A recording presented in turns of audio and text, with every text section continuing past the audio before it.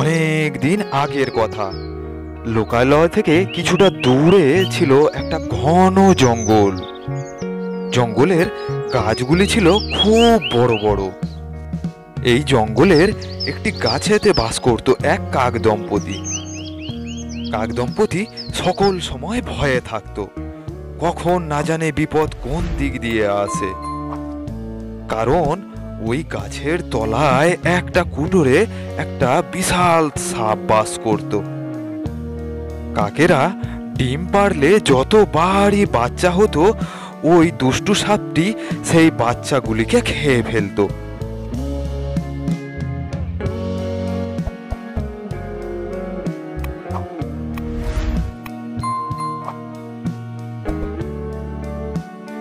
কাক দম্পতির নিজেদের এই ক্ষতি দু চোখে দেখা ছাড়া আর কিছু করার উপায় ছিল না। তারা সাপটির কোনো ব্যবস্থা করতে পারে না, নিতে পারে না কোনো প্রতিশোধ। কেবলমাত্র তাদের চোখের জল ফেলা ছাড়া আর কোনো উপায় ছিল না। কি গো, এইভাবে আর কতদিনে চলবে? এইভাবে বাস করা যায় নাকি? হ্যাঁ, সে তো ঠিক কথা, কিন্তু একটু ধৈর্য ধরো, সব ঠিক হয়ে যাবে। আরে রাখো তোমার ধৈর্য, সে একটার পর একটা ক্ষতি করে যাচ্ছে আর তুমি ধৈর্যের কথা বলছো।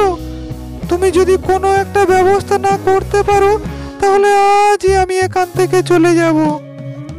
আরে দাঁড়াও দাঁড়াও, গাছের নিচে আমাদের একটা শিয়াল বন্ধু বাস করে, তার সাথে একটা পরামর্শ নিলে হয় না? যদি সে কোনো উপায় বলতে পারে, তাহলে চলো আমরা এখনই তার কাছে যাই। এরপরে কাক দম্পতি শিয়ালের কাছে গিয়ে তাদের দুঃখের কথা সম্পূর্ণটাই তাকে খুলে বলল। তো এই ব্যাপার, তাহলে এতদিন বলনি কেন? বলিনি তার কারণ ভেবেছিলাম সমস্যার সমাধান হয়ে যাবে। এমনি এমনি কখনোই কোনো সমস্যার সমাধান হয় না। তাহলে উপায়? উপায় একটা আছে, কিন্তু তোমরা কি তা করতে পারবে? হ্যাঁ হ্যাঁ, আপনি বলুন, আমরা পারবো পারবো। তুমি রাজপ্রাসাদে যাও আর সেখান থেকে একটি সোনার গয়না নিয়ে চলে এসো, আর গয়নাটি ওই সাপের গর্তের মধ্যে ফেলে দাও, তাহলেই তোমার সমস্যার সমাধান হয়ে যাবে। কিন্তু এভাবে কি সমস্যার সমাধান হবে? তোমাকে যেটা বলছি তুমি করো এখনই। তুমি তো নিজে কোনো চেষ্টা করোনি, এখন শিয়াল ভাই যেটা বলছে সেটা তো করে দেখো, যাও এখনই। এরপরে কাক রাজপ্রাসাদের দিকে উড়ে চলল।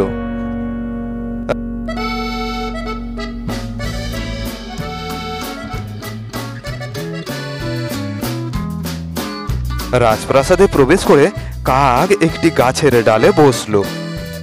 গাছের ডালে বসে কাক লক্ষ্য করলো যে রানী সরোবরের জলে স্নান করতে নেমেছে, আর তার পোশাক গয়না সব পাড়েতেই রাখা ছিল। আরে কি ভাগ্য আমার, এত সহজে আমার কার্যসিদ্ধি হয়ে যাবে আমি কখনোই ভাবিনি। এরপরে কাক ছোঁ মেরে একটা সোনার হাড় তুলে নিয়ে বাসার উদ্দেশ্যে রওনা দিল। এদিকে কাকটি সোনার হাড় নিয়ে চলে যাচ্ছে দেখে রানী প্রহরীকে নির্দেশ দিল, প্রহরী প্রহরী, ওই দুষ্টু কাকটি আমার সোনার অলংকার নিয়ে চলে যাচ্ছে যে, এখনই ধরো ওটাকে। রানীর আদেশে প্রহরী কাককে ধাওয়া করলো। কাকটিও উড়ে চলল তার বাসার উদ্দেশ্যে, আর প্রহরীও তার পিছনে পিছনে দৌড়াতে লাগলো। এদিকে কাকটি উড়ে গিয়ে সাপের গর্তের মধ্যে সেই হাড়টি সোজা ফেলে দিয়ে উপরের গাছের ডালেতে গিয়ে বসলো। এদিকে সাপটি গর্ত থেকে বেরিয়ে আসতে প্রহরীরা দেখলো সাপের গলায় সেই সোনার হাড়টি রয়েছে। এরপরে প্রহরীদের লাঠির ঘায়ে সাপটি প্রাণ ত্যাগ করলো। সাপটিকে মেরে প্রহরীরা হাড়টি নিয়ে রাজপ্রাসাদে ফিরে চলল।